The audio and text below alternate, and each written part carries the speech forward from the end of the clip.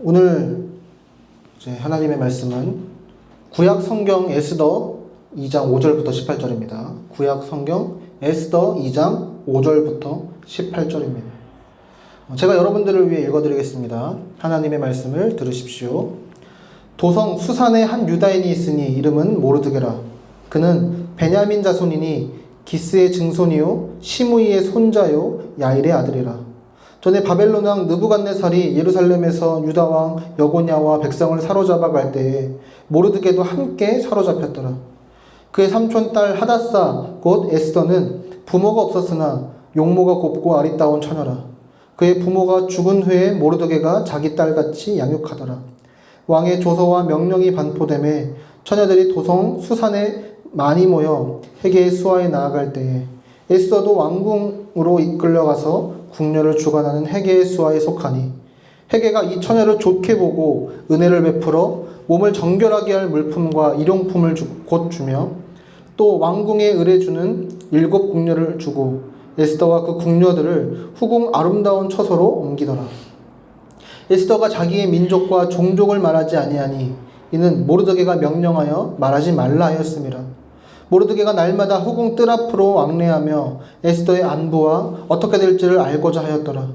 처녀마다 차례대로 아하수에로 왕에게 나아가기 전에 여자에 대하여 정한 규례대로 12달 동안을 행하되 6달은 모략 기름을 쓰고 6달은 향품과 여자에게 쓰는 다른 물품을 써서 몸을 정결하게 하는 기한을 마치며 처녀가 왕에게 나아갈 때에는 그가 구하는 것을 다 주어 후궁에서 왕궁으로 가지고 가게 하고 저녁이면 갔다가 아침에는 둘째 후궁으로 돌아와서 비빈을 주관하는 넷이 사하스가스의 수하에 속하고 왕이 그를 기뻐하여 그의 이름을 부르지 아니하면 다시 왕에게 나아가지 못하더라.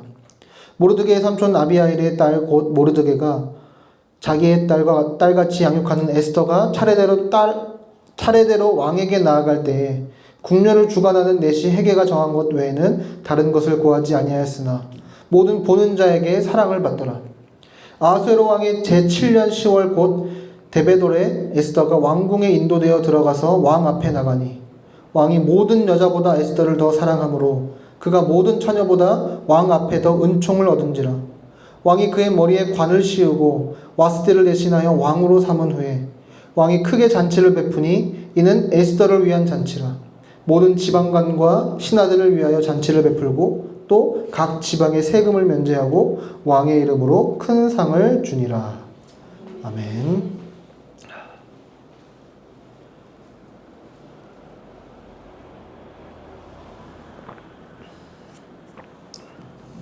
이제 앞으로 몇 주간 에스더서를 살펴보려고 합니다.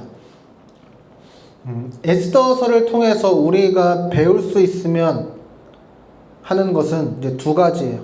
하나는 그러니까 우리 삶의 배후에서 일하신 하나님을 신뢰하고 확신하게 되는 것입니다. 그러니까 이걸 신학적으로 표현하면 하나님의 섭리를 배우고 신뢰하게 되는 거예요. 그리고 또 다른 하나는 이 기독교의 적대적이거나 세속적인 세상 속에서 그리고 그들이 절대 다수인 사회에서 우리는 신자로서 절대적으로 그러니까 소수자들로서 어떻게 생각하고 살아가야 하는지에 대해서 배우기를 기대합니다. 이 에스더서는요 페르시아에 살고 있던 유대인들에 대한 이야기예요. 하나님은 이 유대인들의 죄로 인해 그들을 바벨론의 포로로 끌려가게 하셨어요. 그 이후에 바벨론은 이 페르시아에게 멸망됐고 페르시아는 유대인들이 고향으로 돌아가는 것을 허락해 줍니다. 그러니까 이게 역사적으로도 고레스 칙령이라는 것을 이제 통해서 다 돌아가게 해줍니다. 그래서 많은 유대인들이요 여러 번에 걸쳐서 유대 땅으로 돌아갔습니다. 그런데 여전히 이 페르시아에 남아서 정착하게 된 사람들도 있었어요. 그들을 디아스포라라고 부르죠. 근데 이 페르시아는 유대인들과 그러니까 다른 종교를 믿는 이교 사회였습니다. 예를 들어 그러니까 이슬람 국가에 기독교를 믿는 소수 공동체로 살아간다는 의미인 거죠. 이것은 이 시대를 살아가는 우리와도 매우 밀접하게 연관되어 있어요. 그러니까 한편으로 이 세상 역시 다른 종교, 다른 가치관, 다른 삶의 방식, 다른 삶의 의미를 부여하는 체계나 그런 체계들이 절대 다수인 사회를 우리는 살아가고 있죠. 우리는 여기서 어떻게 살아야 될까요? 완전히 그냥 세상과 등지고 그냥 우리끼리만 살아야 될까요? 산속에 들어가거나 전기 하나 들어오지 않는 외딴 섬에 들어가지 않는 이상 이것은 사실 불가능하죠. 아니면 계속해서 세상은 악하다고 비난하고 비판만 하면서 우리가 살아가면 될까요? 근데 그건 역시 옳지 않습니다. 이런 태도는 세상을 섬기고 사랑하도록 부름받은 우리의 모습이라고 할 수 없습니다. 그러면 어느 정도 그냥 적당히 타협하면 될까요? 그럼 이런 질문들을 할 수 있겠죠. 어디까지 타협해야 되나요? 어디까지 받아들여야 되죠? 무엇까지는 할 수 있고 무엇까지는 하면 안 되는 거죠. 이 에스더서는 이런 이교 사회에서 우리가 신자로 어떻게 살아가야 될지에 대해서 고민하게 해줍니다. 우리는 오늘 에스더 1, 2장을 함께 살펴볼 거예요. 다들 읽어오셨을 것이라 믿어 의심치 않습니다. 네, 하면서 함께 살펴보죠. 1장에 보면 이 페르시아의 왕은 아하수에로예요. 이 아하수에로의 그리스식 발음이 크세르크세스입니다. 이게 얼마 전에 우리 일과 영상 하면서도 이제 얘기했었는데, 사실 원래 이게 우리 또래들이라면 뭔가 딱 떠올라야 되는데 아무도 이걸 안 봤다 그래서 이제 공감대가 형성이 안 돼요. 근데 이 영화 이 300에 보면 요 왕 있죠, 요 사람 있죠. 그러니까 이 사람이 크세르크세스, 그러니까 아하수에로 왕이에요. 근데 여기 보면, 그러니까 이게 서양 영화다 보니까 이 페르시아를 너무 막 그 이상한 신비한 막 괴물들 같이 약간 그려놓은 게 있긴 한데, 여기서 막 이 왕이, 이 아하수에로가 막 나는 관대하다 뭐 이런 걸 외치면서 온갖 금으로 치장하고 얼마나 자기가 강력하고 재물이 많은지 막 이런 것들을 막 드러내고 표현하거든요. 네, 그러니까 실제로는 근데 막 그 페르시아의 왕들이 막 이런 옷을 입고 다니거나 그러진 않았다고 해요. 그래서 이제 이 영화가 인기는 많았는데 욕을 되게 많이 먹었어. 너무 서구 중심적으로 이 영화를 만들었다고. 근데 이 영화에 보면요, 어떤 내용이냐면 이 페르시아가, 이 아하수에로 왕이 그리스를 정복하기 위해서 전쟁을 벌여요. 근데 그 중에서 이제 이제 어디를 공격하냐면 스파르타라는 도시 국가를 침략하는 거예요. 이 스파르타에는 정예 이제 용사들이 있었어. 한 300명의 이제 정예 병사들이 있었는데, 이 스파르타를 쳐들어갔던 군대가 몇 명이냐면, 이 포스터도 나와있죠. 100만 명이 쳐들어가는 거예요. 그러니까 이 스파르타의 300명이 이 100만 명과 전쟁을 하는 거죠. 근데 이 사람들이 얼마나 힘이 세고 강한지 100만 대군이 엄청난 피해를 입게 됩니다. 근데 학자들에 의하면 아하수에로가 이 그리스 정복을 위해서, 이 전쟁을 벌이기 위해서 신하들과 각 지방의 군대 장관들에게 뭐 설득도 하고 격려도 하고 전쟁해야 된다, 반협박도 하기 위해서 이제 오늘 본문에 나오는 잔치를 벌이는 거라고 얘기해요. 그러니까 이 영화 300이 일어나도록 하기 위해서 이제 밑작업을 하는 잔치가 오늘 에스더서 본문 1장에 나오는 이 잔치라는 거죠. 근데 이 오늘 본문에 보면 이 잔치에 부른 모든 지방관과 신하가 한 수천 명은 됐을 거래요. 그리고 이 잔치를 벌인 기간만 180일, 그러니까 6개월 동안 했다고 합니다. 그러니까 술판을 벌인 거죠. 1장 3절에 보세요. 왕이 있은 지 3년에 그의 모든 지방관과 신하들을 위하여 잔치를 베푸니 바사와 메대의 장수와 각 지방의 귀족과 지방관들이 다 왕 앞에 있는지라. 그리고 5절에도 보세요. 이 날이 지남에 왕이 또 도성 수선에 있는 귀천관의 백성을 위하여 왕궁 후원뜰에서 7일 동안 잔치를 베풀세. 그러니까 180일 동안 잔치를 벌여. 그리고 나서, 그러니까 이게 뭐 수고했다는 의미인지, 그러니까 수산성이라고 하는 이 아하수에로가 머물고 있는 이 도성의 백성들을 위해 7일짜리 잔치를 또 엽니다. 그러니까 말 그대로 술을 마시는 건지 술이나를 마시는 건지 모르는 이 일들이 계속 벌어지고 있는 거죠. 아하수에로는 이 성대하고 긴 잔치를 통해서 자신이 얼마나 강력한 힘과 재물을 가지고 있는지를 자랑하고 싶었던 거예요. 그런데 이 7일째 되는 날에 아하수에로가 술도 거하게 취했겠다. 자기를 더 뽐내고 싶은 거예요. 그러면서 자신의 왕후가 얼마나 아름다운지를 자랑하기 시작합니다. 그러다가 뭐 이 백문이 불여일견이라고 직접 보여줘야겠다 결심을 했어요. 그래서 이제 신하를 통해서 명령합니다. 예쁘게 차려입고 와서 내 왕비가, 이 아하수에로의 왕비가 얼마나 아름다운지 사람들에게 보여줘라. 이 명령을 한 거죠. 근데 아무리 생각해도 이 당시 상황에서 볼 때 믿기지 않는 일이 벌어져요. 11절 12절 보세요. 왕후 와스디를 청하여 왕후의 관을 정죄하고 왕 앞으로 나오게 하여 그의 아름다움을 뭇 백성과 지방들에게 보이게 하라니. 저거 배터리 좀. 이는 왕후의 용모가 보기 좋음이라. 그러나 왕후 와스디는 내시가 전하는 왕명을 따르기를 싫어하니 왕이 진노하여 마음속이 불붙듯 하더라. 이 와스디가 아하수에로의 명령을 거절해요. 그리고 당연히 왕은 분노하겠죠. 그러니까 사람들 앞에서 자신이 얼마나 대단한 존재인지를 보여줘야 하는 타이밍에 오히려 망신을 당하게 생겼기 때문입니다.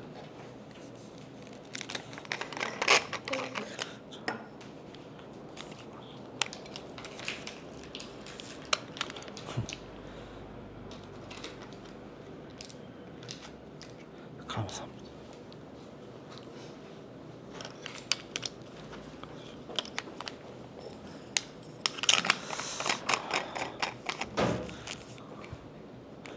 오늘까지는 될 줄 알았는데, 자 다시 보면 와스디가 아하수에로의 명령을 거절해요.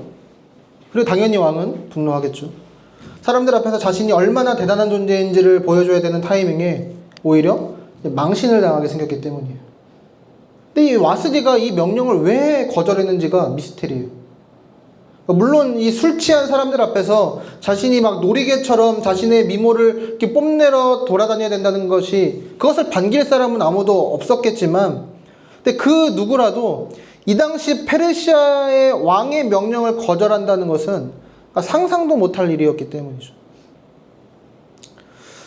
근데 그러고 나서 더 이제 말도 안 되는 일이 벌어지는데, 이정규 목사님의 표현을 빌리자면 이 지구상에서 가장 찌질한 이야기가 벌어지기 시작해요. 근데 이 와스디가 거절을 했잖아요. 근데 왕뿐만 아니라 신하들도 삐졌어요. 16절에서 18절에 보세요. 무무관이, 어떤 신하의 이름이에요. 무무관이 왕과 지방관 앞에서 대답하여 이르되 왕후 와스디가 왕에게만 잘못했을 뿐 아니라 아하수에로 왕의 각 지방의 관리들과 뭇 백성에게도 잘못하였나이다. 아하수에로 왕이 명령하여 왕후 와스디를 청하여도 오지 아니했다는 왕후의 행위의 소문이 모든 여인들에게 전파되면 그들도 그들의 남편을 멸시할 것인즉 오늘이라도 바사와 메대의 귀부인들이 왕후의 행위를 듣고 왕의 모든 지방관들에게 그렇게 말하리니 멸시와 분노가 많이 일어나리이다. 그러니까 이건 와스디가 왕에게만 잘못한 게 아니라 모든 지방관들한테도 잘못했대요. 왜요? 왕후가 왕의 명령을 거역했다는 이야기가 전국에 퍼지게 되면 각 가정의 아내들이 남편의 말을 들으려고 하지 않을 거라는 거예요. 그러니까 내 아내도 내 말을 안 듣게 될까봐 이 신하들이 다 화가 난 거예요. 그리고 계속해서 어처구니 없는 일이 일어납니다. 22절에도 보세요. 각 지방 각 백성의 문자와 언어로 모든 지방에 조서를 내려 이르기를 남편이 자기의 집을 주관하게 하고 자기 민족의 언어로 말하게 하라 하였더라. 그러니까 이게 무슨 말이냐면 페르시아 전역의 아내들에게 너네 이제 남편 말 잘 들어 라는 공문, 그러니까 조서를 내렸다는 거예요. 그러니까 찌질함의 극치죠. 근데 결국 이 일로 와스디는 왕후의 자리에서 폐위되고 새로운 왕후를 뽑는 절차가 시작됩니다. 그러니까 프로듀스 101의 왕후 뽑기 버전이라고 할 수 있겠죠. 그런데 이런 오디션과 다른 건, 여러분, 오디션은 참가자가 스스로 지원해서 참여하잖아요. 그런데 이 왕후 뽑기는 자원이 아니라 징용이었어요. 그러니까 전국에 예쁘다는 소녀들은 다 데려오는 거예요. 예쁜, 그리고 또 어떤 조건이 필요하겠어요? 와스디와는 다르게 말을 잘 듣는 소녀들을 데려와서 1년 동안 왕궁의 법도도 가르치고 더 예쁘게 꾸며서 이제 훈련을 시킵니다. 굉장히 비인간적이죠. 왜냐하면 일단 이렇게 잡혀오면요, 이들은 다시 집으로 못 돌아가요. 그러니까 이 소녀들은 예쁘게 꾸며져서 한 사람씩 돌아가면서 왕과 하룻밤을 보냅니다. 그리고 그 결과에 따라 3가지 중 하나의 운명을 맞이하게 돼요. 일단 대다수는 왕이 별로 이제 마음에 들어하지 않으면, 그러니까 후궁으로는 남지만 다시는 왕에게 불려지지 않아요. 그렇다고 집에 돌아가게 해주는 것도 아니에요. 그냥 평생을 집으로 돌아갈 수도 없고 또 왕과 하룻밤을 보내기 때문에 다른 사람과 결혼할 수도 없어요. 그러니까 10대 때 이 왕궁에 들어와서 평생을 있는 듯 없는 듯 살아야 돼요. 또 그나마 운이 좀 좋다 하면 가끔씩 왕이 부를 때마다 불려가는 후궁이 되는 거죠. 그리고 가장 운이 좋은 사람이 왕비가 되는 거예요. 근데 이제 에스더라는 소녀가 등장합니다. 이 에스더는 유대인이었고, 그러니까 고아였던 것 같아요. 그래서 나이 차가 많이 나는 사촌 모르드게의 손에서 자랐습니다. 근데 이 에스더가 매우 아름다웠던 것 같아요. 그리고 모르드게가 에스더에게 우리의 민족을 밝히지 말라라는 말에 끝까지 말하지 않는 것을 보면, 그러니까 말도 꽤 잘 되는 소녀였던 것 같습니다.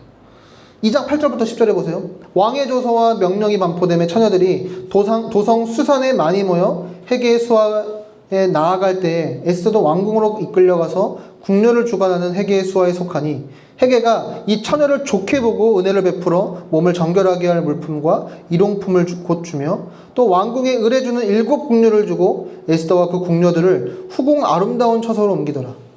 에스더가 자기의 민족과 종족을 말하지 아니하니 이는 모르드게가 명령하여 말하지 말라 하였습니다. 그러니까 아마 이 헤게는 이 왕후 뽑기 대회를 관장하는, 이제 주관하는 신하였던 것 같아요. 그리고 헤게는 이 에스더를 좋게 보고, 그러니까 왕에게 에스더에 대해서 되게 호의적으로 이야기를 해줬던 것 같아요. 그래서 결국 에스더가 왕후가 됩니다. 15절 17절 보세요. 모르드게의 삼촌 아비하일의 딸 곧 모르드게가 자기의 딸같이 양육하는 에스더가 차례대로 왕에게 나아갈 때 궁녀를 주관하는 넷이 헤게가 정한 것 외에는 다른 것을 구하지 아니하였으나 모든 보는 자에게 사랑을 받더라. 아하수에로 왕의 제7년 10월 곧 데베돌에 에스더가 왕궁에 인도되어 들어가서 왕 앞에 나가니 왕이 모든 여자보다 에스더를 더 사랑하므로 그가 모든 처녀보다 왕 앞에 더 은총을 얻은지라.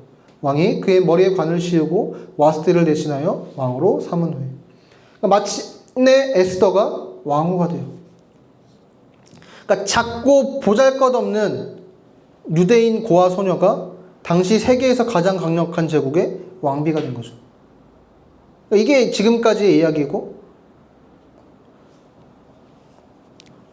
상당히 흥미로운 이야기잖아요. 근데 이 이야기는 이 에스더서를 기록한 저자가, 그러니까 우리에게 어떤 몇 가지를 가르쳐 주기 위해서 이렇게 의도적으로 서술하는 거예요. 근데 여기에서 우리가 배우게 되는 교훈이 이제 몇 가지가 있는데요. 첫 번째는 뭐냐면요. 여러분들이 이제 오늘은 이제 중간중간 봤지만 여러분들이 에스더 1, 2장, 에스더 전체를 쭉 보게 된다면요. 그럼 여러분들이 보면서 이제 느꼈을 수도 있고 못 느꼈을 수도 있는데, 이 에스더서에는요, 하나님이라는 단어가 한 번도 나오지 않아요. 뭐 이때쯤이면 나오겠지 하는데 안 나와요. 하나님이 언급되지 않을 뿐 아니라, 그러니까 어떤 종교적인 언급도 없어요. 뭐 기도에 대한 얘기도 없고요. 뭐 성경에 대한 얘기도 없고요. 그 어떤 신앙적인 표현조차 없습니다. 본문만 보면 이 하나님이 계시는지, 이들이 믿는 종교가 뭔지 알 수 없어요. 왜 이럴까요? 이건 이 에스더서를 쓴 저자가, 그러니까 의도적으로 빼버린 거예요. 학자들은 이 에스더를 쓸 당시의 저자와 이 에스더서를 읽고 있는 독자들이 아마도 매우 큰 어려움에 처해 있었던 것 같다고 말해요. 저희 이제 동기 형들, 누나들 중에도 해외에 이제 선교사로 나가 계신 분들이 있거든요. 근데 그분들의 이 선교 편지가 이게 동기 단톡방에 올라올 때가 있어요.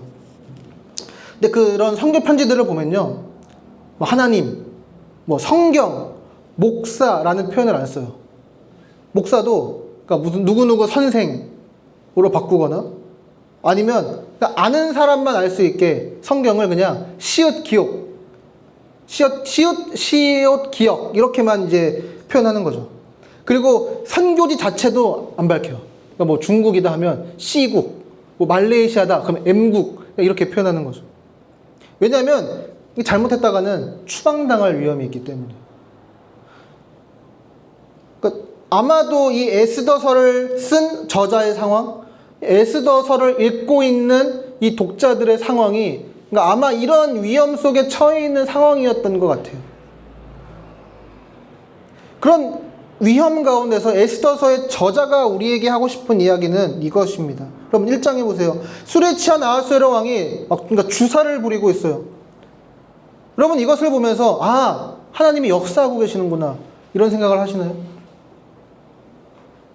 그러니까 모세의 뭐 기적 같은 거, 뭐 홍해가 갈라진다거나 10가지 재앙이 일어난다거나 누가 막 물리를 걸었다거나 죽은 사람이 살아나는 것을 볼 때야 우리는 하나님이 일하시는구나, 하나님이 우리와 함께 하시는구나를 생각하겠죠. 그런데 그렇게 비범한 일이 아니라 그냥 지나쳐도 그만인 이 평범한 일들이 일어날 때는 그러니까 우리는 그런 생각을 하지 않는다는 거예요. 오늘 본문에 보면 여기엔 기적이 없어요. 환상도 없어요. 심지어 꿈도 없어요. 어떤 형태로든 하나님에 대한 언급도 없습니다. 하나님이 완전히 부재하신 것처럼 보여요. 하나님이 침묵하고 계신 것 같습니다. 그런데 이 에스더서의 마지막에 가서 보면 알겠지만 이 왕이 주사를 부려서 왕후를 데려오라고 한 일이나 왕후가 폐지되는 일 같은 이 일련의 우연처럼 보이는 일들이 계속 발생하죠. 그런데 이런 우연 같은 일들이 벌어지지 않았다면 유대인들은 완전히 멸절되었을 거예요. 하나의 사건이 또 다른 사건으로 이어지고 또 다른 사건이 이어지면서 결국 유대인들이 구원받게 되었습니다. 여러분, 지금 여기서 벌어지고 있는 일들은 어떤 의미에서 되게 평범한 일들이에요. 작고 사소한 일들이에요. 우리가 일반적으로 중요하게 생각하지 않는 일들입니다. 하지만 에스더서는 우리에게 이것을 말하고 싶은 거예요. 이 모든 것이 우연이 아니라 하나님께서 이 평범한 일들을 통해 일하고 계셨다는 것을. 캐런 잡스라는 신약학자가 있어요. 제가 이제 요한 1서를 설교할 때 몇 번 인용한 적이 있는 학자인데, 근데 베드로 전서를 설교할 때도 이분 주석을 많이 봤었어요. 근데 이분이 에스더서 주석도 썼는데 거기 보면 이런 내용이 나오더라고요. 이분이 원래는 신약학자가 아니라 원래는 컴퓨터 과학을 전공하던 사람이었대요. 실제로 그 컴퓨터 과학자로 경력을 쌓다가 기독교 신앙을 갖게 되고 그러다가 이제 신학 교수. 이 사람이 얼마나 탁월하면 그러니까 종신 교수래요. 그런 세계적인 신학학자까지 되었어요. 그러면서 이 캐런 잡스가 이렇게 말합니다. 저는 지금 이 자리에 오기까지 약 100가지의 사소한 사건들이 있었습니다. 만약 그중 하나라도 일어나지 않았다면 지금의 저는 없었을 거예요. 그 사건들이 일어날 당시에는 전혀 중요하게 보이지 않았습니다. 그것들은 평범한 일들이었어요. 그 당시에는 그것들이 특별한 의미를 가진다고 생각할 수 없었습니다. 하지만 지나고 보니 그것들은 엄청나게 중요한 일들이었습니다. 만약 그 사람이 저에게 전화를 걸지 않았다면, 만약 그 사건이 일어나지 않았다면 지금 저는 이곳에서 신약학 교수로 일하고 있지 않았을 것입니다. 그러고 나서 이제 에스더서를 주석하면서 이렇게 말해요. 하나님께서 특별한 방식으로 역사하실 때는 우리가 그것을 분명히 알 수 있습니다. 하지만 하나님께서 평범한 방식으로 일하실 때는 우리는 그분이 계시지 않는다고 생각합니다. 하지만 그렇지 않아요. 하나님은 계십니다. 그럼 에스더서를 읽으면서 우리는 이렇게 생각할 수 있습니다. 하나님이 일하시지 않는 거 아닌가? 하나님이 부지하고 계신 거 아니에요? 하나님이 침묵하고 계신 거 아니에요? 하나님의 부재는 결코 사실이 아닙니다. 그분의 침묵은 부재가 아니며 그분의 숨겨진 모습은 우리의 버려짐을 의미하지 않습니다. 하나님은 우리의 구원을 위해 일하고 계시고 그분의 약속을 이루어가고 계십니다. 겉으로 보기에 하나님이 어디에도 계시지 않는 것처럼 보일 때에도 그분은 여전히 신실하게 역사하고 계십니다. 우리가 계속해서 에스더서를 보면서 이렇게 생각할 수 있어요. 아, 저 일이 중요했구나. 저 사건이 필요했던 거구나. 왕이 그날 밤 술에 취해 허세를 부린 것이 결국 중요한 일이었구나. 그럼 지금 저와 여러분의 삶에서도 하나님께서 역사하고 계신 일들이 있습니다. 우리는 보이는 것에 집착하지만 하나님은 보이지 않는 곳에서 일하십니다.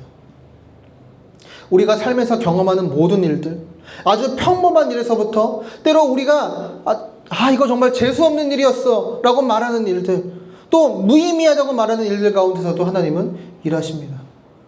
여러분, 우리는 이것을 기억해야 돼요. 이후에 우리는 분명하게 이렇게 고백하게 될 것입니다. 하나님께서 이 일을 위해서 나에게 이런 상황을 허락하신 거구나. 하나님께서 나에게 이렇게 역사하시기 위해서, 하나님께서 우리 교회에 혹은 우리나라에 혹은 우리의 삶의 구석구석에 이렇게 일하시기 위해서 이런 상황들을 나에게 베푸셨던 거구나.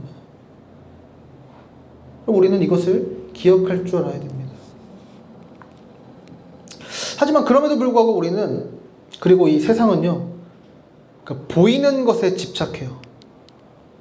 에스더서 1장을 한번 보세요. 1장은요, 아하수에로가 얼마나 강한 힘과 재력을 가지고 있는지, 그리고 그것을 아하수에로가 사람들한테 얼마나 보여주고 싶어 하는지를 보여줘요. 180일이 넘게 잔치를 열죠. 자신의 왕후가 얼마나 예쁜지 사람들에게 보여주려다가 일이 터지죠.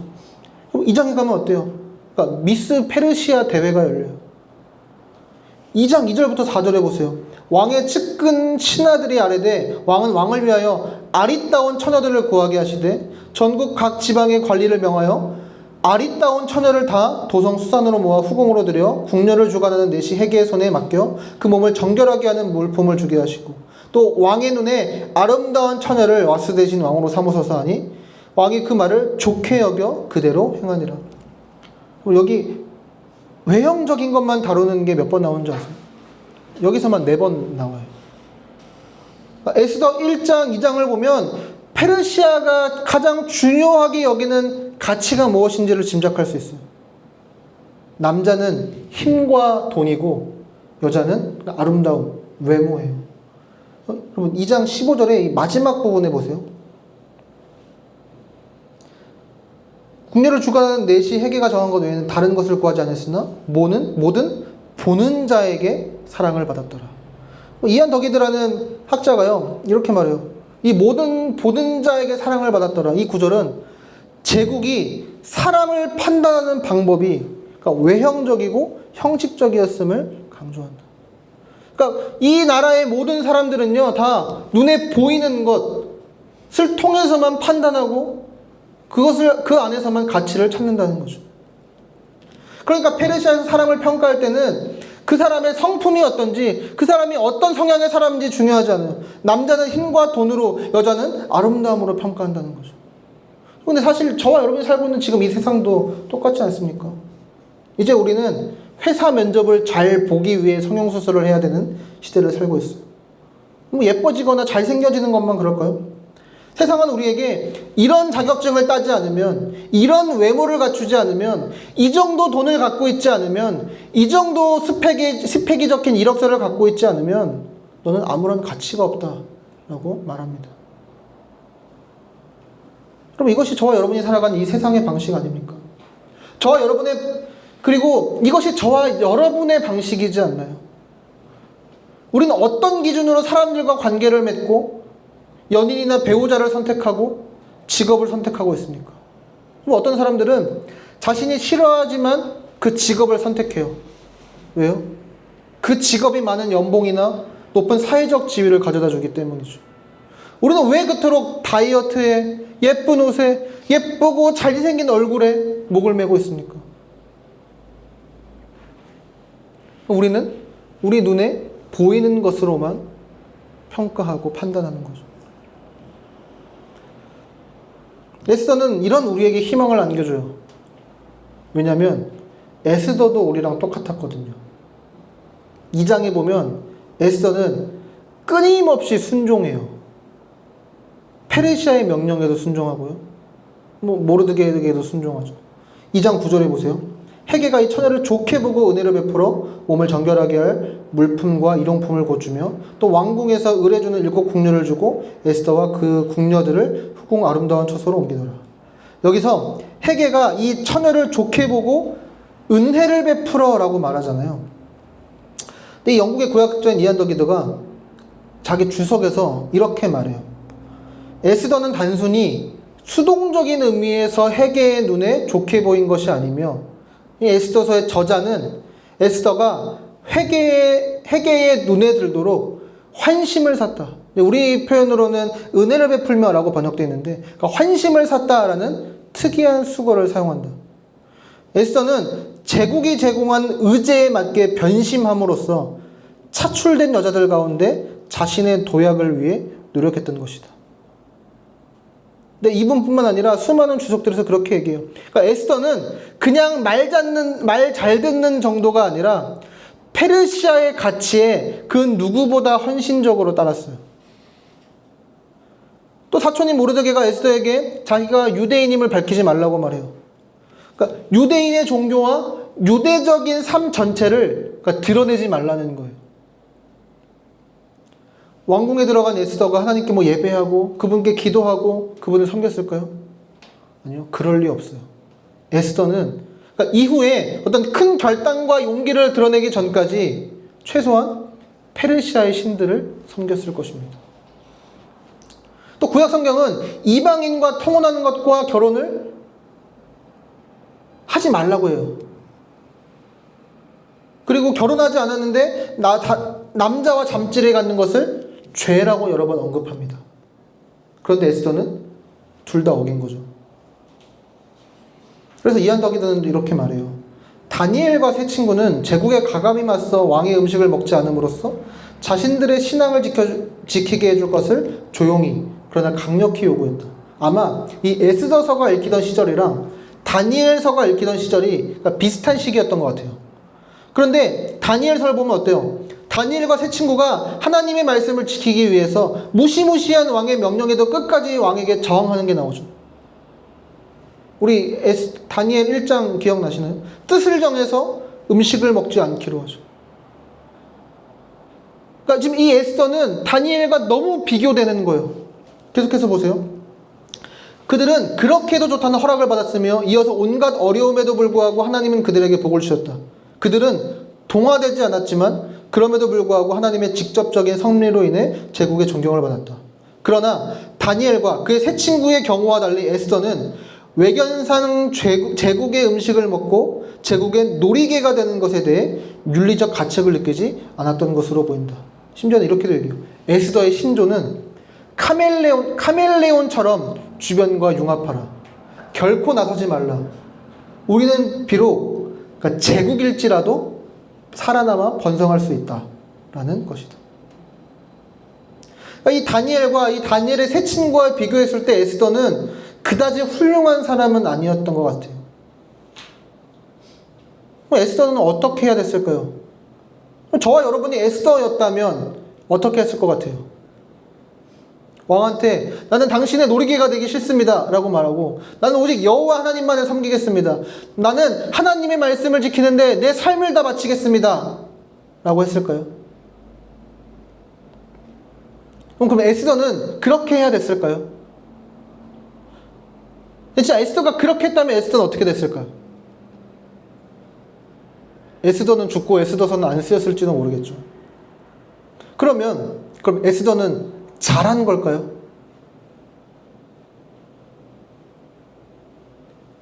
에스더의 모습은 결코 하나님의 자녀답지 못했어요. 이정규 목사님이 이 에스더 설교에서 이렇게 얘기하더라고요. 그럼 에스더의 저자는 무슨 얘기를 하고 싶은 걸까요?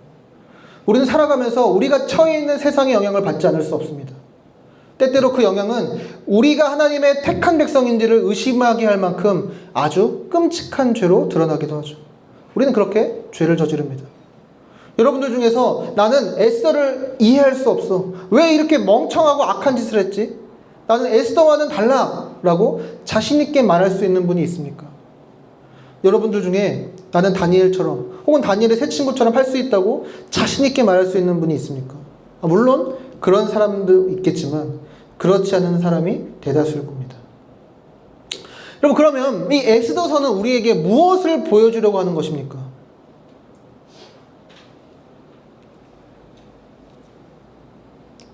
에스더는 아름다웠어요. 그래서 아하수에로의 선택을 받았죠. 아하수에로의 눈에 에스더는 와스디보다 더 아름다워 보였을 거예요. 또 와스디보다 훨씬 더 순종적이었으니까 아하수에로의 눈에 에스더가 더 아름답고 더 괜찮은 사람으로 보였을 것입니다. 그런데 하나님 보시기에는 별로 아름답지 않아 보였을지도 몰라요. 근데 하나님은 그런 에스더를 하나님께서 함께 하시고 용기를 주시고 다시 한번 하나님을 찾게 하시면서 진짜 아름답게 변화시켜 가시는 과정을 에스더서가 우리에게 보여주려고 하는 거예요.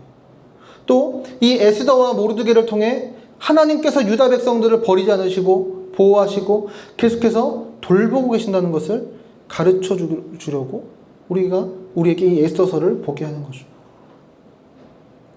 하나님은 아하수에로와 같지 않으세요. 아하수에로는 이렇게 말하는 거예요. 너는 예뻐야 돼. 너는 열심히 일해야 돼. 너 자신을 희생해야 돼. 그래야 내가 너의 배우자가 될 거야. 네가 나의 배우자 자격을 계속 유지하고 싶다면 너는 계속 순종해야 되고 계속 예뻐야 되고 계속 괜찮아야 돼.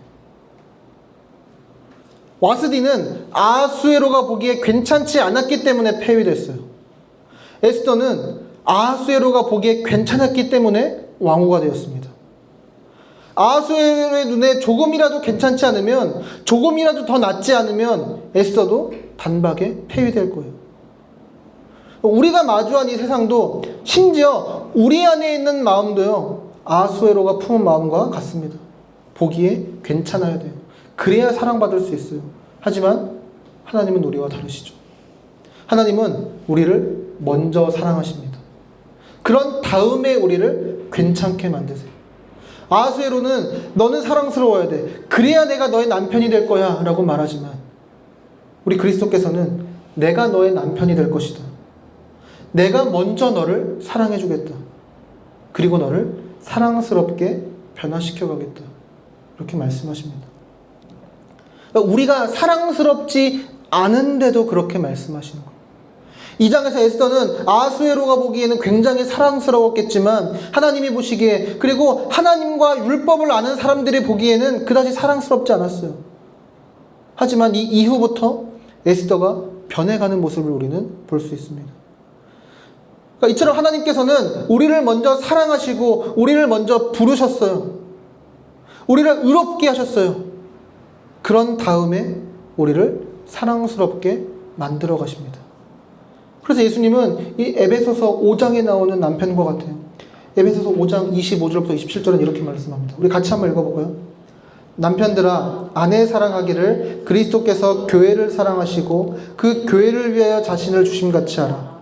이는 곧 물로 씻어 말씀으로 깨끗하게 하사 거룩하게 하시고 자기 앞에 영광스러운 교회로 세우사 티나 주름 잡힌 것이나 이런 것들이 없어 거룩하고 흠이 없게 하려 하심이라. 우리를 거룩하고 흠이 없게 하시기 위해 예수 그리스도께서는 우리의 거룩하지 않음과 흠을 다 떠안으셨습니다.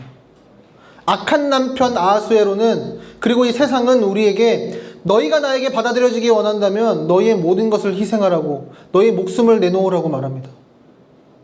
그래서 아하수에로는요, 자신의 삶과 자유를 희생해야 했어요. 자신의 가치와 자신의 신앙과 그 모든 것을 버려야 됐습니다.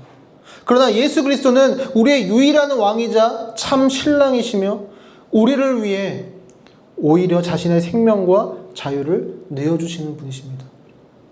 그분은 우리가 사랑스러워서가 아니라 우리를 사랑스럽게 만들기 위해 자신의 모든 것을 내어주셨습니다.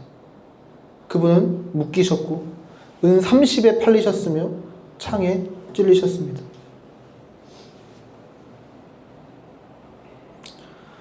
예수님께서 우리를 위해 그렇게 하셨다는 사실을 우리가 깨닫는다면 우리는 이 미스 페르시아 산발대회가 참가자 같은 계속해서 남들이 나를 보는 것, 내가 보는 것에 우리의 모든 것이 팔려서 휩싸이는 그런 삶에서 그러니까 자유로워질 수 있는 세 가지 중요한 것을 얻을 수 있게 됩니다.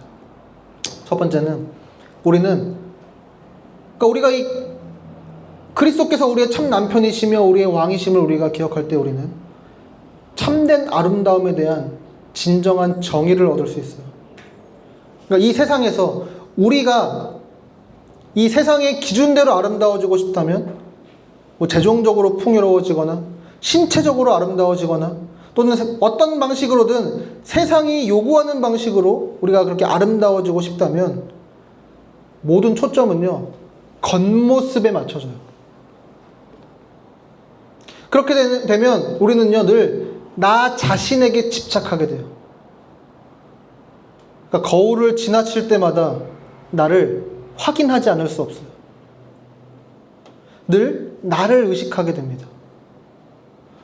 하지만 우리가 예수 그리스도를 바라보면 그분은 가장 아름다우신 분이었고 가장 영광스러운 분이셨지만 우리를 위해 그 모든 것을 포기하셨다는 것을 알 수 있어요. 모든 아름다움을 내려놓으시고 이 땅에 오셔서 인간이 되시고 십자가를 지셨습니다. 그래서 이사야 53장 2절은 이렇게 말씀해요.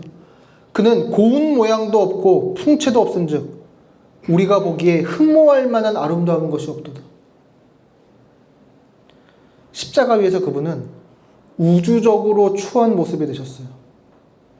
예수님께서 자신의 무한한 아름다움을 포기하신 것을 볼 때 우리는 그러니까 진정한 아름다움이 자기 집착, 그러니까 나에게만 집중하는 것이 아니라 오히려 자기의 희생이라는 것을 깨닫게 됩니다. 그분이 자신의 아름다움을 내려놓고 우리를 위해 희생하신 것을 볼 때 그러니까 우리는 무엇이 진짜 아름다움인지를 깨닫게 되는 거죠. 그럼 실제로 우리는 누군가를 위해서 희생하는 사람들을 보면서 그 사람들의 아름다움에 경이감과 경탄을 우리가 표현할 때가 있죠. 그리스도께서 우리를 위해 행하신 그 희생을 볼 때 진정한 아름다움이 무엇인지 우리가 추구해야 될 진정한 아름다움이 무엇인지 우리는 깨닫게 되는 것입니다. 두 번째로 우리는 그 예수님께서 우리를 얼마나 아름답게 보시는지를 경험하게 돼요.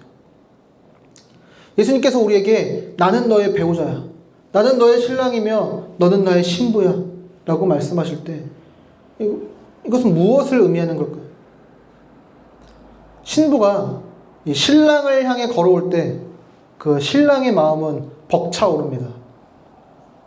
그 신부의 아름다움에 감탄해요. 신부가 그렇게 아름다워 보이는 이유가 뭘까요? 물론 그날을 위해서 다이어트도 하고 그날을 위해서 화장도 더 두껍게 하고 더 예쁜 옷을 입었기 때문이기도 하겠지만 현실적으로 어떤 모습이든 간에 그러니까 어때요? 아름다운 것을 입고 있고 아름다운 장식을 하고 있어요. 그것에 덮여 있는 거죠. 그러니까 예수님께서도 우리에게 그렇게 하시는 거예요. 우리를 자신의 의로 덧입히시고 자신의 아름다움으로 우리를 감싸 주셨습니다. 그래서 우리는 그분의 눈에 가장 아름다운 존재가 된 것입니다. 마지막으로 우리는 이런 사랑과 그 사랑을 받아 누리는 과정들을 통해서 그러니까 우리가 삶에서 만나게 되는 어떤 어려움, 고난, 믿음을 위한 어려운 결단을 받아들일 수 있게 돼요.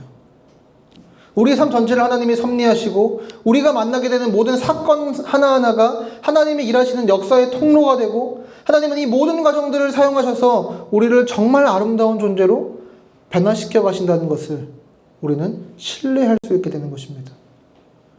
그러니까 우리는 그래서 이 찬양들을 진짜 전심으로 할 수 있게 되는 거예요. 나의 길, 나의 가는 길 주님 인도하시네. 그는 보이지 않아도 날 위해 일하시네. 주 나의 인도자, 항상 함께 하시네. 사랑과 힘 베푸시며 인도하시네.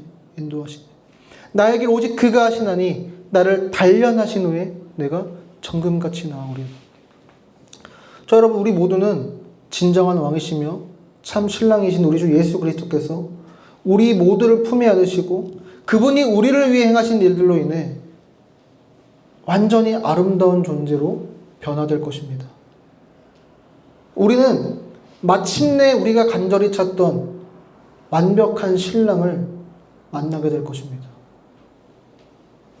우리 그리스도께로 나아오십시오. 우리 함께 찬양하고 기도합시다.